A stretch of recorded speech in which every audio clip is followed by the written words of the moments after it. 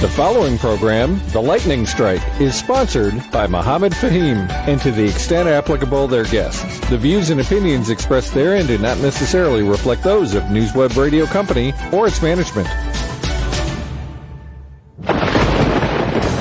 Get ready to be jolted out of the ordinary and into a world where conversations are charged with intensity and facts. The Lightning Strike Talk Radio with your host, Mohammed Fahim, broadcasting live from the heart of the city on Chicago's Progressive Talk Radio, WCPT 820 AM. Welcome to a radio show that charges through the airwaves with an electricity like no other. Here's your host, Mohammed Fahim. Good morning, Chicago, and finally the snow is here in Chicago, and we are starting off our first show of the year, 2024. Happy 2024 to you. Joining me in the studios today for the Lightning Strike, co-host Ken DeLuke. Howdy, folks. And John Arena. How you doing, everybody? And also joining us in the studio is Murri Briel. She's going to be running for a state rep office. Murri, which district are you going to be running for? I'm going to be running for the 76th House District, which is kind of west of here. So okay. Well, we'll get into the weeds with Murri as we progress. But today, folks, a couple of important things that we want to focus on. We are going to be having Michelle Alfano, of course, calling in to give an update on what was happening with Eric's case in the Newton Correctional Facility in Iowa.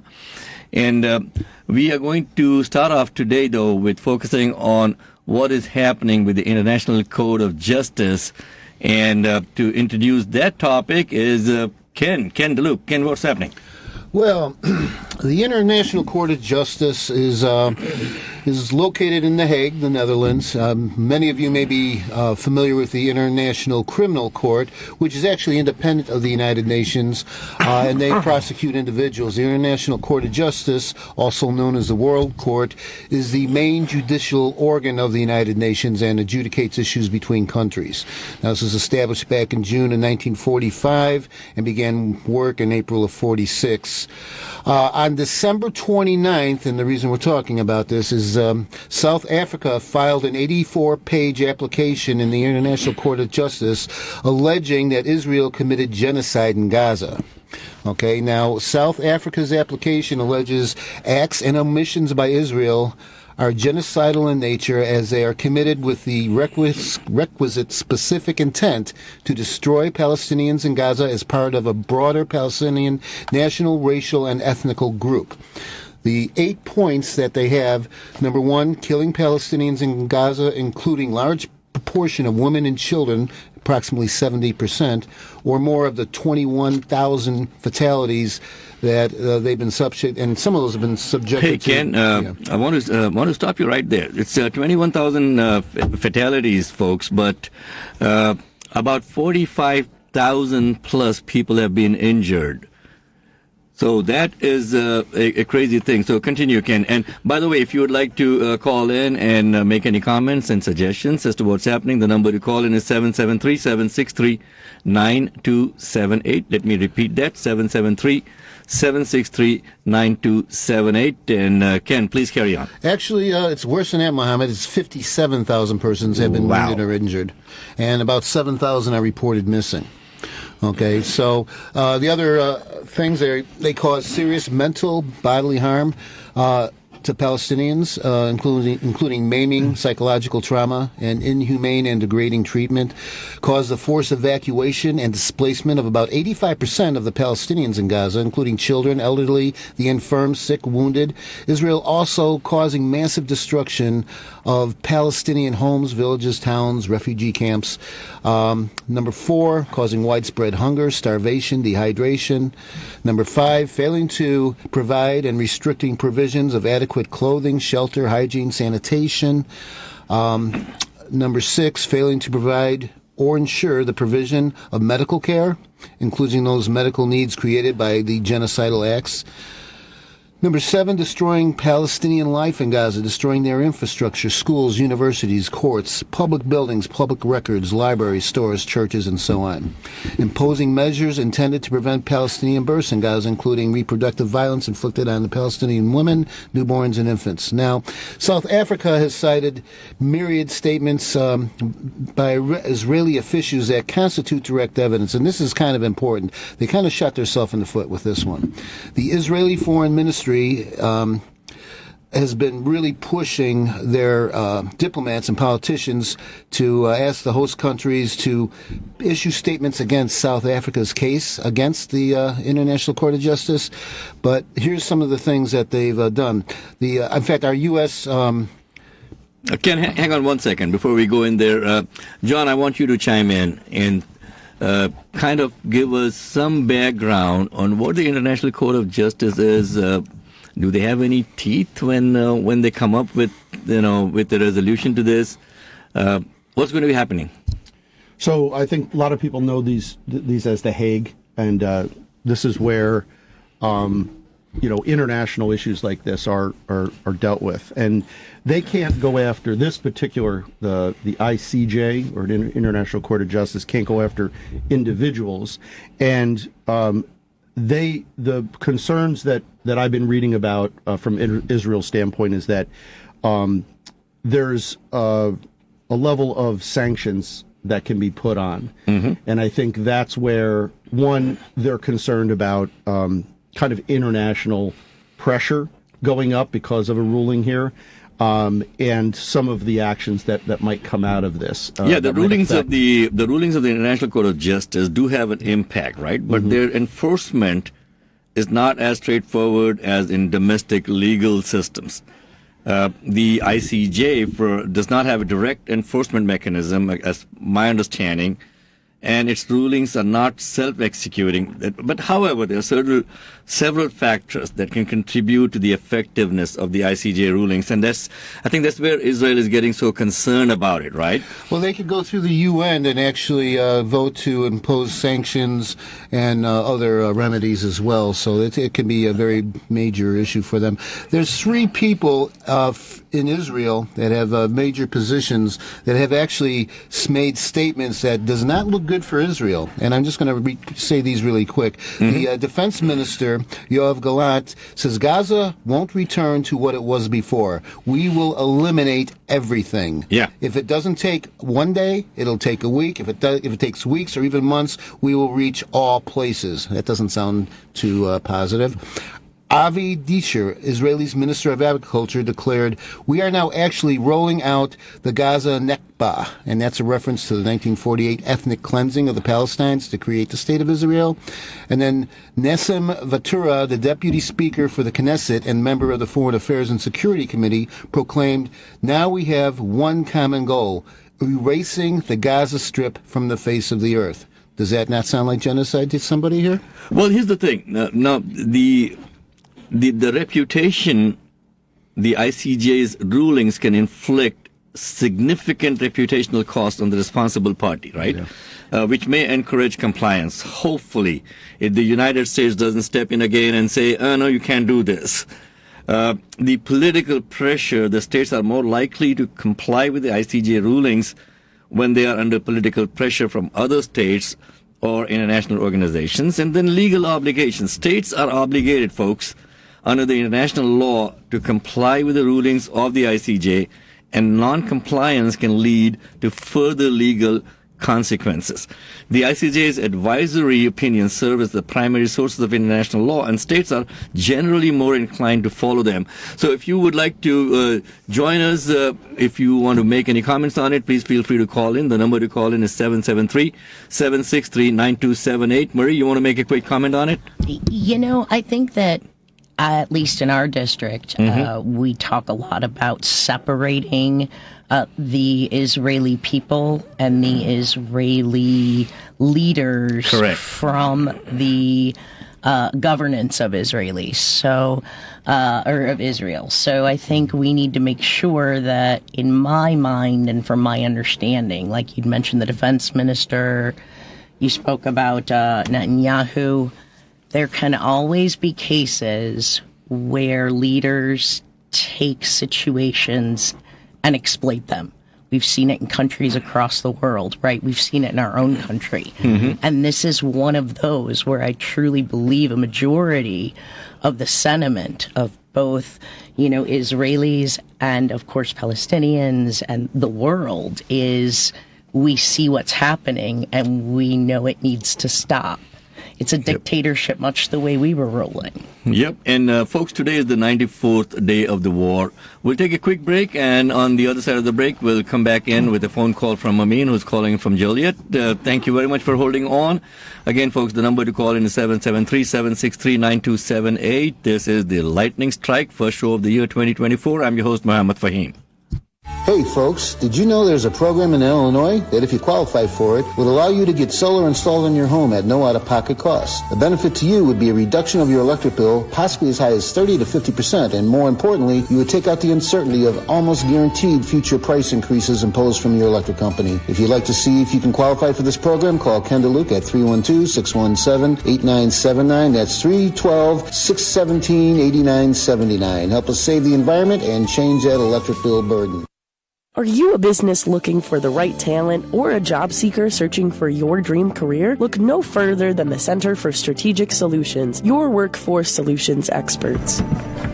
Our experienced team at the Center for Strategic Solutions is dedicated to connecting employers with top-tier talent and helping job seekers find opportunities that truly align with their goals. You're hired. We're more than just consultants. We're your partners in success. Ready to take your workforce to the next level or land that ideal job? Contact the Center for Strategic Solutions today at 1-847-306-9274 or visit us online at www.cfss.us. The Center for Strategic Solutions, your bridge to a brighter future in the Windy City. The number to call is 847-306-9274 or send us an email at info@cfss.us. That is info@cfss.us.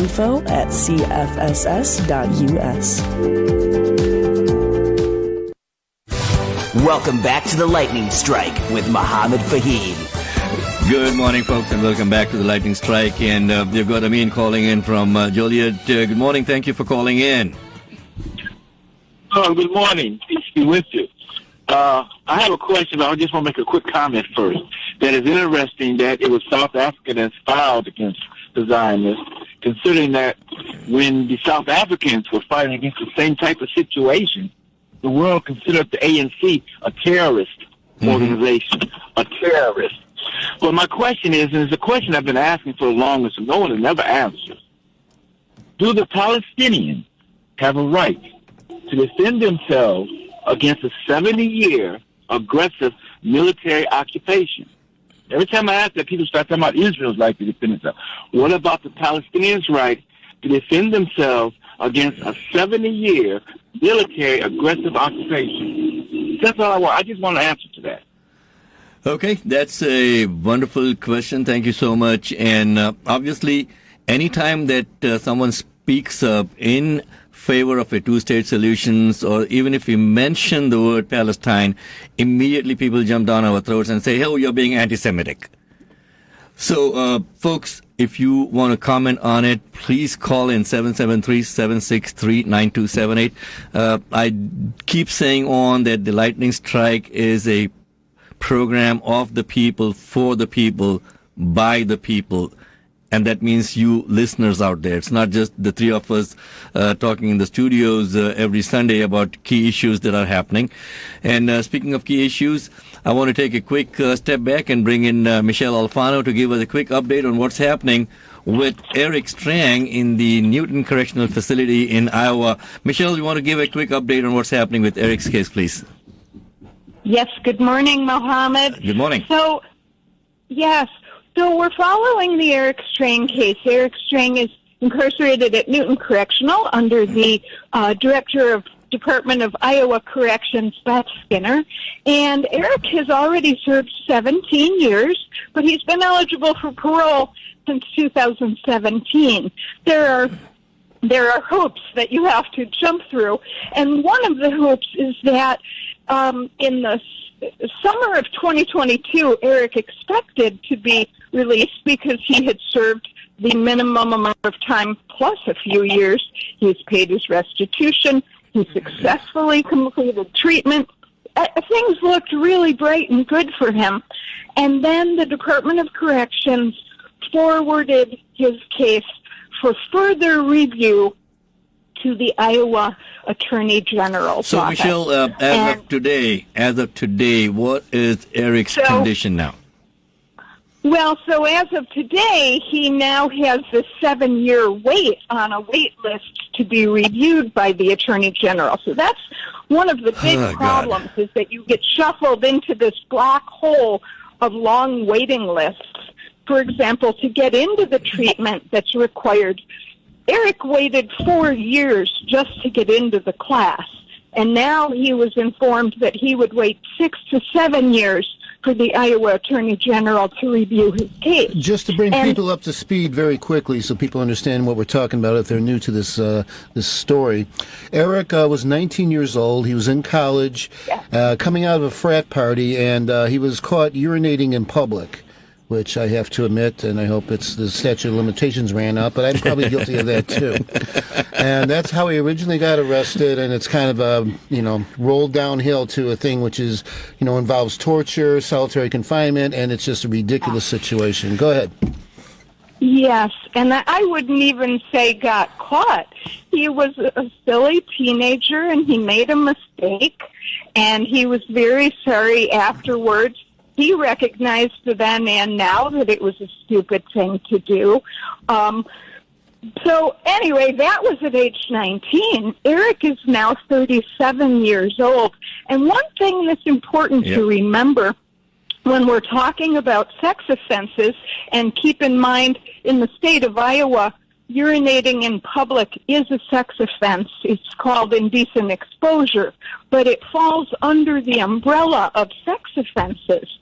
And this is one of the very difficult, frustrating things for Eric and people like him with this offense, that when you say sex offenses, people don't distinguish between urinating, which, by the way, has no victim, there's no assault, there's no violence, versus what is a real assault, rape, and you have a victim who's impacted for life. But both of those cases fall under the umbrella of sex offense. So that probably in our culture we need to start distinguishing levels and differentiating. But in any event, Eric is now on the 6 to 7 year waiting list for his review for the Iowa Attorney General, and what they're reviewing is if he should be involuntarily committed. It's called civil commitment. And that is where the state basically says, we have a hunch that you might commit a future crime, therefore we are going to commit you. It's a very dangerous amount of power to give the state, and they do it under the guise of giving you treatment. They say, we're going to give you treatment, we're going to put you in a treatment facility, but in fact, it functions like a prison. They are called shadow prisons, and what Eric's arguing is that he does not meet the criteria for civil commitment. So it's horrible that he has to wait 6 or 7 years. Thank you, Michelle, for continuing to. So that's what we're doing. Thank you for continuing to keep us updated on what's happening with Eric. And folks, it can happen to anyone that you and I know. Okay, so it's not something that happened in the ether out there in Iowa. In the Illinois prison system also, there are plenty of cases that people have been incarcerated for years and years on end. And by the way, Murri, the cost to keep a person incarcerated is so extremely high. It is an $80 billion industry at this point, keeping people locked up, and there's no reformation when they come out. On average, you're looking between $50,000 and $60,000 a year per prisoner. Just think about it. So, Murri, you're going to be running for state rep. Okay. Do you think that this is something that you might want to consider championing when you do get elected? I think our criminal justice system in general needs a lot of reform, from the institutions to the way we approach it. I think that the governor and Springfield has done a pretty good job of trying new things. There's been resistance. We have, the Safety Act. And, when the Safety Act passed, we expected, those naysayers thought that the cats and dogs would fall from the sky and it would be Armageddon. And we see a year later that hasn't happened. But it's scary. Any sort of a change is scary. But I think from the top to the bottom, in every aspect, we need to look at how and why we penalize people, what for, and how we deter crime or prevent crime as opposed to punish it. Absolutely. And David from San Francisco is calling in. David, if you could please hold on. We will definitely take you on in a couple of minutes as soon as we finish off this line of thought. So, Murri, tell a little bit about the district that you are going to be representing. Okay, so the 76th House District is west. We are Western Illinois. Everybody likes to say south of 80 is Southern Illinois, but we're not. We're like really west of you. So if you got on 80 and drove an hour and 20 minutes, that's where we are. We cover LaSalle, the southern county, which includes Grand Ridge, Ottawa, Utica, Starved Rock. If anybody's ever been there, it's a great place. Many times. Yep. Oglesby. We go all the way to Depew. Then Wow. we take some of Bureau County. And then we have Oglesby, Spring Valley, and we go up to the city of DeKalb. So it's just the city of DeKalb. Okay. That district is absolutely not designed in any way. Well, any of the districts that are out there, they are so badly gerrymandered. I'm sorry, man. Come on. These people get together after every other election or so, and then they carve things out to where they can keep getting their own people elected. And it's a screwed up system, folks. Well, what's funny about this is the district was very, very 50-50, if not more conservative than it was, more red than blue. And it was that way for 10 years. And so when they redid the area, the idea actually was floated by the Republican side to say, we never win this area. You might as well sort of, suck it in. And so they did. Okay, sounds good. And folks, again, Murri Briel in the studio with us today. Murri, if people want to reach out to you and find out more information about your campaign, how do they do that?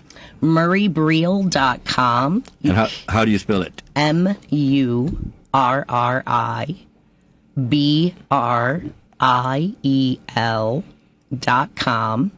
And you can find me on social media. You can find me through any QR codes. And I'm happy to talk to anyone who has issues. It's different being in the rural part of the state. And for all of you political science majors at Northern University, this is your gal. Give her a call. I'm an alumni of that institution. So. And we will definitely have this entire video posted on our website also, which is TLS for The Lightning Strike, TLSchicago.com. And our YouTube channel is at TLS Chicago. And you can definitely go back and visit and see who Murri is and what she's going to be doing. And folks, we do need your help in keeping The Lightning Strike independent. As you can see, we are not taking too many advertisements on the show over here. We want to represent your point of view and not someone who's, trying to get a corporate sponsorship, and then the corporate sponsorship, they don't like what we're talking about today, and then they pull the sponsorship. That's not what it's going to be all about. Also, we will be joined shortly by our Person of the Year, Aretha Tatumn, who is going to be in the studio with us today. And if you have any questions, concerns, again, feel free to call in 773-763-9278 is the number to call in. And with that, we have got David from San Francisco calling in, wanting to comment on what's happening in the Gaza war. Yeah, thanks. And good morning, David. By the way, Yeah, morning. I definitely am interested in the Gaza war, but the previous discussion of Iowa, I wonder if that, I'm glad you raised the high cost of keeping someone in prison for, I mean, when you imagine just taking a leak and you're going to be in prison for 17 years, she may be able to take advantage of the political. Don't they have the primaries coming up? If they were to just spread the word to the so-called fiscal conservatives of Iowa and just let them know that the prison industrial complex is going out of their way to keep people in prison for some lame issue. Hey, Dave, that's a great point. And just to expound upon that a little bit, prison is a money-making industry, and there's a lot of special interest that they want to keep people like Eric in there because he's not a problem. He's not causing all the issues there. He's a model prisoner, and it's really easy to maintain that. And as long as he's in there, they're collecting money for it. And, David, here's the thing. I mean, Eric reached out to me. I spoke with Eric on the phone, and we actually wanted to bring him on to talk about issues. And the very next day after Eric and I spoke, they put him in the hole for 15 days in solitary confinement for daring to reach out and express his First Amendment rights. That is how crazy the system is. And Mohammed's on the no-call list on Eric's he can't reach out to me. I mean, the administrative law judge held a hearing and issued an 8-page judgment, quote-unquote, in which the lightning strike is mentioned by name, and also another journalist is mentioned that, no, you can't reach out and express your First Amendment rights. But here's the crazy system that we are living in, folks. It's about 9:31 now. We'll take a quick break, and we'll be back on the other side of the break with Aretha Tatumn, and we'll continue the discussion on what's happening in the Middle East with the war in Gaza. I won't even call it a war, man. It's a genocide. It's a one-sided thing where one side has got missiles and tanks and, bombs, 2,000-pound dumb bombs being thrown by dumb people. John, you want to comment on that? I think it's important that the previous caller that asked about Palestine's right to defend itself, the question here is do they have a right to exist? I mean, they don't have any offensive capacity, and defensive capacity doesn't exist. This goes deeper than do they have the right to exist as people, as human beings? Because what you see going on there is inhuman. So there's a point where where anybody I've talked to says that the IDF and Israel has a right to defend itself. Of course, in the moments after October 7th, yes, we have gone so far beyond that line. Yeah, let me give you some statistics on that, okay? Yeah, it's a fact that Hamas killed 1,200 Israelis on October 7th. And here's the thing. Allegedly, because now those numbers have dropped down to 1,000. They started off with 1,400. Right, well, whatever. These are Israeli numbers. Okay? They're saying that there was about 1,000. But the Israeli forces, as I mentioned before, have killed over 22,000 Gazians so far, about 9,100 of whom are children. At least 57,000 persons have been wounded, and at least 7,000 are reported missing, and untold numbers are trapped beneath the rubble. So, I mean, the proportionality is not there. 1,200 versus, almost 100,000 people affected right now. Okay, so that is what is happening, folks, in this crazy world out there. And today is the first show of the year for us in 2024. You can go back to our website. We will post the South African challenge at the International Court of Justice on our website, so you can get to actually read what the statement is from South Africa and what the case is. It's going to be starting on either the 11th or the 12th of this week. Both the 11th and the 12th. It starts Correct. the 11th and it's scheduled for this 12th. Okay, as well. so we'll take a quick break and be back on the other side of the break with Aretha Tatumn and Sheila White in the studios with us. Thank you, and keep tuning in. Are you a business looking for the right talent or a job seeker searching for your dream career? Look no further than the Center for Strategic Solutions, your workforce solutions experts. Our experienced team at the Center for Strategic Solutions is dedicated to connecting employers with top-tier talent and helping job seekers find opportunities that truly align with their goals. You're hired. We're more than just consultants. We're your partners in success. Ready to take your workforce to the next level or land that ideal job? Contact the Center for Strategic Solutions today at 1-847-306-9274 or visit us online at www.cfss.us. The Center for Strategic Solutions, your bridge to a brighter future in the Windy City. The number to call is 847-306-9274 or send us an email at info@cfss.us. That is info@cfss.us.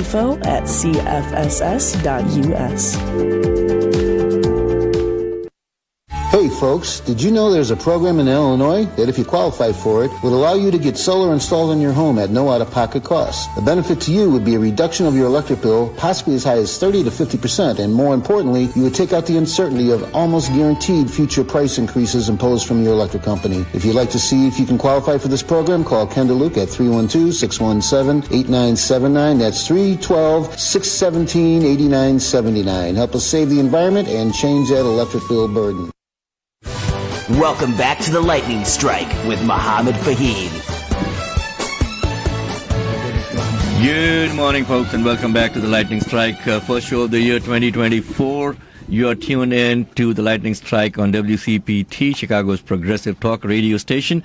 You can also go to our website, which is www.tlschicago.com, and our Facebook page is facebook.com/TLS Chicago. You can also watch us live every Sunday on Facebook, on the WCPT website, on Facebook, and also on the TLS Chicago Facebook page.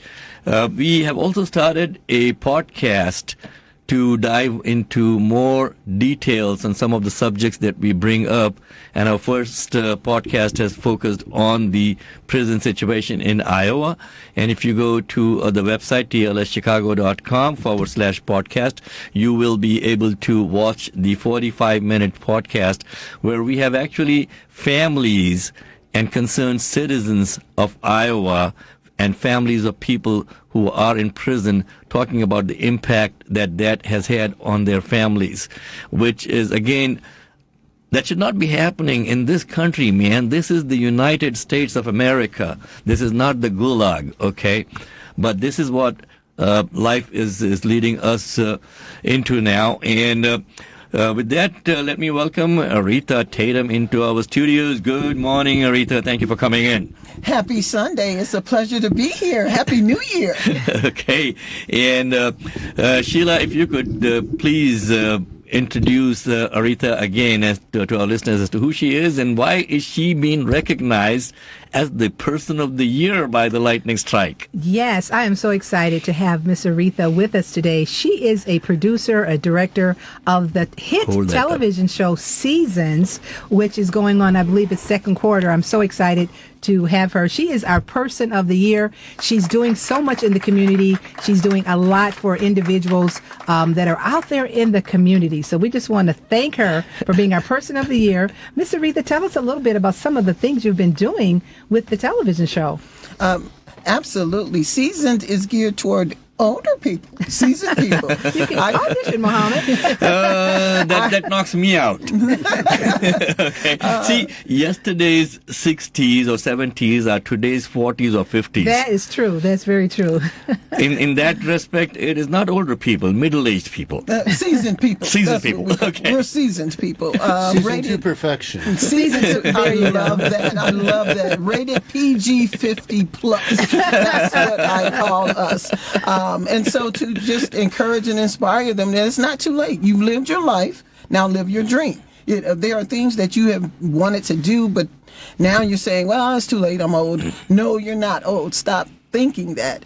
There's things you can do. So we bring together a group of actors or people who aspire to be actors that are over 50, singers, and in this dramedy musical series, that's what we highlight in there. But we also take it to the stage and do a season showcase where we're featuring people over 50 singing and doing comedy skits. And so I am building a platform for older people to remind them you still have value, you still have worth. Let's continue to sow into the younger people to teach them, because we still need to do that. But don't count yourself out.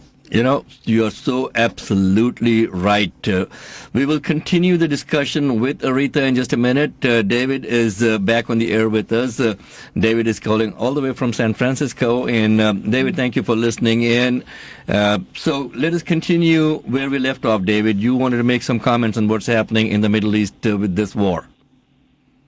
Yeah, I work on energy issues out here in California, and I discovered that oil is underneath Gaza. Oil and fracking is offshore of Gaza. And the United Nations has discovered that, or they put out a pronouncement in 2019 that the Palestinians could be aided by exploiting that oil, that the revenues for that oil should come to the Palestinians. Well, all of a sudden, the Zionist government decided to capture that oil, and Chevron has the rights to use it. Now, I was going to do the bigger picture. If you're familiar with the social contract, that's the idea that if God put somebody in charge of government, and in this case the Zionists are claiming that God put them in charge, that they're supposed to look out for every sparrow. And, of course, Jesus was talking about merchants in the temple. Well, in this case, I am fearing that the reason why the Zionists are trying to kill everybody is they're trying to make sure that the Palestinians don't have the mineral rights, that the mineral rights are, if everybody's dead, then all of a sudden the mineral rights go to somebody else. And in this case, it's an abuse of the social contract that the Zionists are not living up to the idea that they're supposed to look out for every sparrow. They're passing off the management to Chevron. And I would think that if we were to start boycotting Chevron, that would help put a stop to this war. And get back to the issue of whether or not there's an abuse of the social contract by the Zionists, who they actually had the temerity to start the resurgence of the war on the Sabbath. And so the idea that they aren't even pretending to be religious figures, that they're really just merchants in the temple, and that they're killing people for the David, revenue.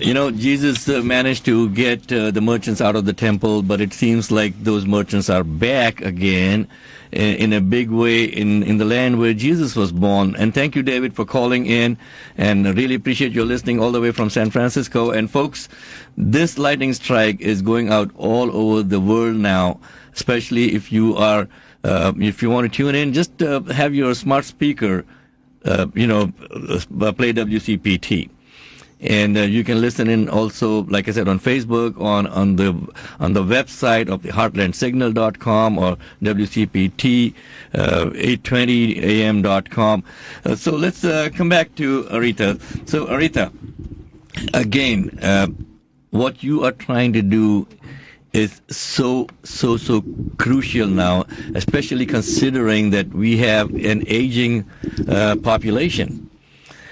And a lot of the people, they just fall back and say, okay, my time is done. Absolutely. Okay. But it's not. Yeah. What brought you up to think along these lines? What was your motivation? My life actually changed after 40. So I was called into ministry at 43. I published my first book at 47. I produced my first film at 50. I wrote my first song. I became a songwriter in 2020 during the pandemic. Prophet Muhammad was called into becoming a prophet when he was 40. Wow. Okay, so most people are not aware of that. Yeah. Wow. Yeah. So I am an example that your life can change and you can explore and do new things at a later age. It's not over. It's not over. And especially with entertainment, Hollywood tends to be done with you at 25, 30. Now you're old. We're looking for the next new young thing, but that's not true. And that's one of the reasons why she's the person of the week, of the year, because is a lot of the older people, we're pushing them to the side. They're the forgotten. And a lot of young people are like, oh, no, I don't want to deal with them. What do they know? Old and fogeyism. But it gets greater later. And that's what we have to help the younger generation to understand, that there is a lot of wisdom that's being thrown away. There's a lot of knowledge out there that we can access if we just take time to listen to our elders. And it's so great to see these seniors involved in entertainment and having these stages across Chicagoland, performing and doing things like that. And even some of our politicians are seniors, and they're still Some at of it. them? They're still at it. Some of them? Are you kidding me? Most of them are geriatrics, man. Come on. So folks, I have been very upfront with this thing. Okay, I'm no spring chicken myself. But if you are in your, 70s and 80s, and if you have done 3, 4, 6, 10 terms in Congress or the Senate, maybe it's time to hang up your boots and give the younger generation, a chance also to bring in new ideas. Right. Okay. By the way, us seniors have to pay attention to the younger generation and learn from them also. Like, if I need to know something, I ask my kids. Okay, especially with the new media that's coming up. That's right. Okay, what brought you to Tubi, of all things? Actually, I have a distributor who he's the one that got the show on to streaming platforms. So that's typically how it works. You go through an aggregator, and then they put your show out there to become stream. Yes. So if people want to watch what you're doing, they go to Tubi, and Tubi is it is on my Fire Stick, by the way. Oh, okay. Yeah, Tubi is a channel on my Fire Stick, so I just downloaded it and started watching it, and I saw that lady watering the plants in the beginning.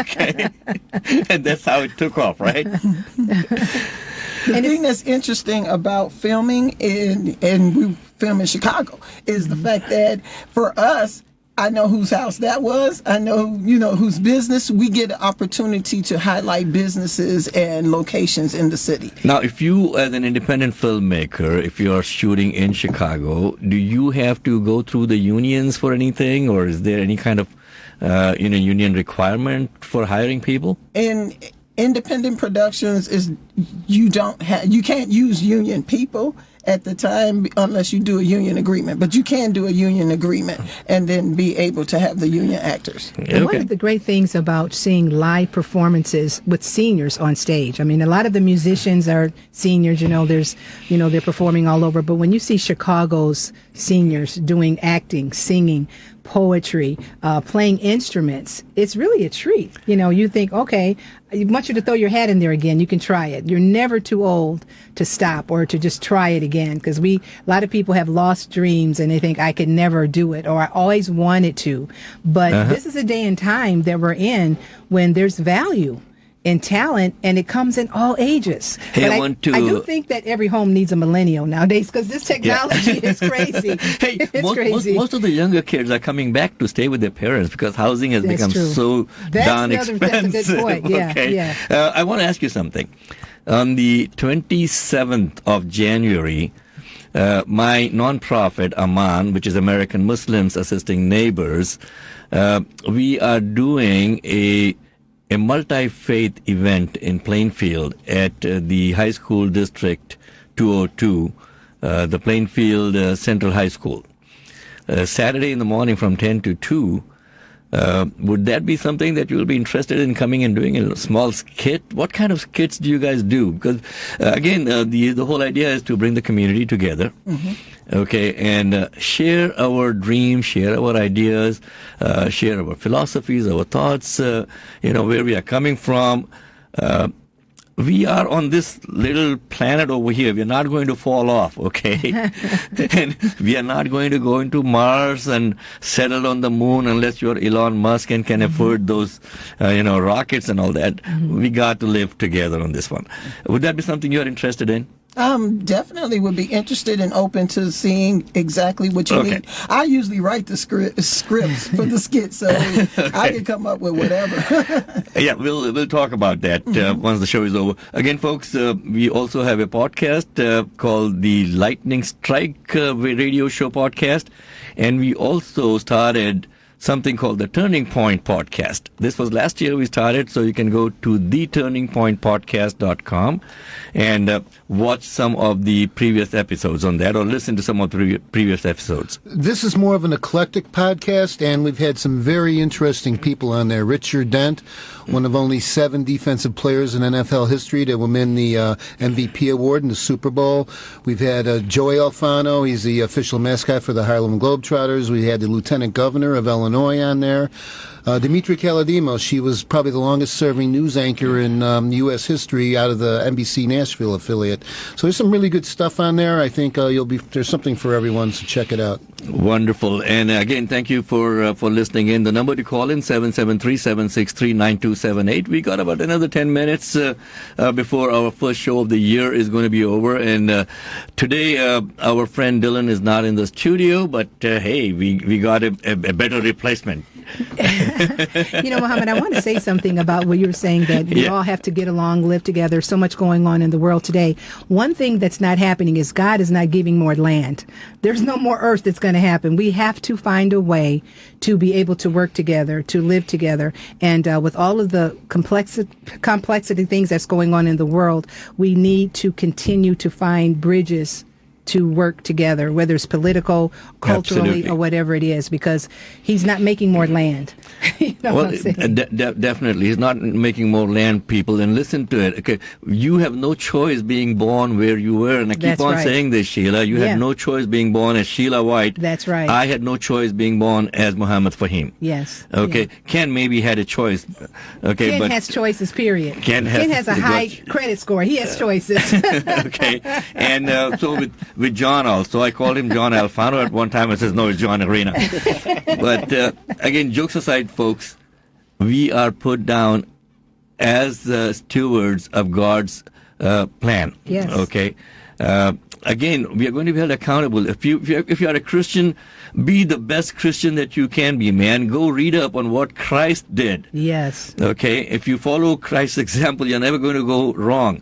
If you are a Muslim, be the best Muslim that you can. Read up on your scriptures, read the Quran, and try to understand it. Right. And also, you will find that there is no enmity between people. We are all put down with different tribes to get to know each other. That's what the Quran says, okay? That's right. We don't have to be proud about, I'm this and I'm that. And by the way, you don't have any. You said that there's no more land. Yeah. The Zionists are trying to create more land in Gaza over there. Okay. Wow. Yeah. So this is the crazy world we are living in, folks. And it's interesting because one of the great speakers, Martin Luther King, because this is January now, but he said something in reference to what you said. Do what you can do so that the living, the dead, or the unborn couldn't do it any better. And so that's what, if each person stands up to doing what they can do the best that they can do it, be the best that you can, till no one else, living, dead, or the unborn, can do it any better. And I think that would make a difference for everyone. Oh, that's such a wonderful way of putting it. And Aretha, I'm told that you're not just a playwright and a writer and a director and producer, you're also a pastor. Minister, yes. A minister. Okay. So give us a thought that we can all live with for the rest of the year. Oh, absolutely. At the beginning of the year, we all refocus, reshift. And some of us are dealing with loss. They may have lost a relative and they just got through the holidays dealing with that. They may have lost a job. New year, things shift. You have loss of faith, loss of self-esteem. But everything that you may have lost, God can restore for you.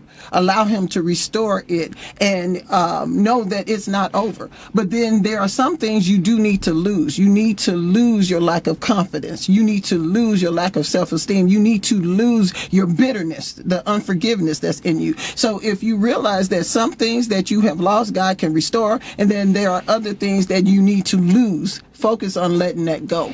You can go into this year with strength, power, and with love. Thank you so much for sharing those, those inspirational words. And again, listen, folks, my life is based on a couple of principles. What happened yesterday, I cannot go back and change it, no matter how much I try.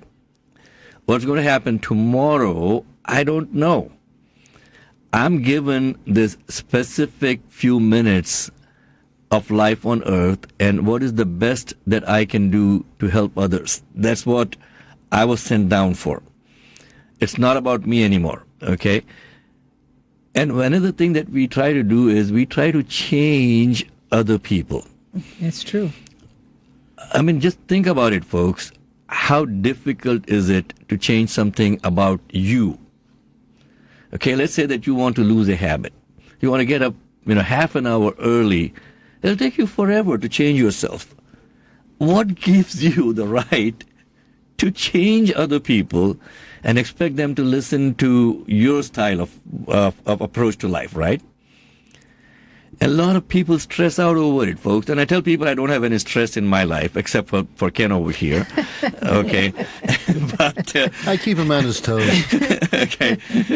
I've learned to live with that stress, right? I don't take stress. I give it away. Mm-hmm. There is no reason for you to stress out. Just put God in charge of your life, folks, because He's got a plan, okay? Mm-hmm. You may not know it. I may not know it. Someone came up to the other day and said, hey, can you prove God? Okay. Kind of difficult, right? I said, sometimes you got to have trust in some things that you don't see. And it's like, no, man. I said, okay, fine. What do you have in your hand? He said, I got my iPhone. Really? You got your iPhone? Do you know who made it? No, I don't. Absolutely I don't know who made it. Do you know who programmed it? No. There must have been some entity that did it, right? Just because you don't see something does not mean that it does not exist. Okay? So learn, folks, to trust. I know that some people have faith, some people don't have any faith, some people question faith. Do whatever you want, man, but don't try to impose your will on others. Right. Okay? That's what we're trying to do with this multi-faith events also. Mm-hmm. We did one before the end of the year in November at Life Springs Church in Plainfield. And so we want to make this kind of like a monthly event going forward. Mm-hmm. So that's my rant for the day, folks. It's 9:56. John, you wanted to finish off with something very important that was on your mind. Yeah, I wanted to talk about a Chicago issue that's coming up. On the March ballot, there'll be a referendum in Chicago to make changes to the real estate transfer tax. And a lot of people don't understand what that is. It's a tax on every sale of a property. Right now, it's a flat tax. That's about a couple dollars per every $500 of the sale of a home. Okay. City of Chicago has an ordinance called the Bring Chicago Home, which is dedicated towards creating funding streams to address affordable housing and homelessness. This is there's an effort to change this transfer tax into a kind of a progressive 3-tiered system. It would actually lower the tax to about 0.60% on any house, any amounts of a house sale under $1 million. Okay. It'll take it to about 2% for between 1 million and 1.5, and over 1.5 million would go to 3%. So there's going to be a referendum on the ballot. The city council passed it, but there is a lawsuit filed by BOMA, which is the Building Owners and Management Association. It's a lot of think of the high rises downtown. They represent the big real estate holders, and they're trying to oppose this and stop this from happening. They filed a lawsuit interestingly enough, against the Chicago Board of Elections, which is a strange place to go because it was the city council that passes these things. Okay. So I don't think it'll survive, but I think it brings it's a good opportunity to bring attention to this. People should research it. We'll put some links online about this case and some of the details about it. But this is basically a kind of a tax high value properties and bring $100 million a year to help fund homelessness in Chicago. And I think everybody can resonate with that, with the amount of issues we're having with housing and the affordability in Chicago. Okay, wonderful, John. Thank you so much for bringing that to our attention, folks. Again, you are tuned into the Lightning Strike. Our website is www.tlschicago.com. Please go and visit our website and see if you can make a small donation to keep the show going on the air over here with us. And this is Muhammad Fahim with Ken DeLuke and John Arena and Aretha Tatumn and Sheila White in the studio with us. Murri Briel has joined us also in the morning, and Michelle Alfano has been on the phone with us all this time. Thank you all very much for listening in. We'll see you next week. Same place, same time. Have a nice weekend.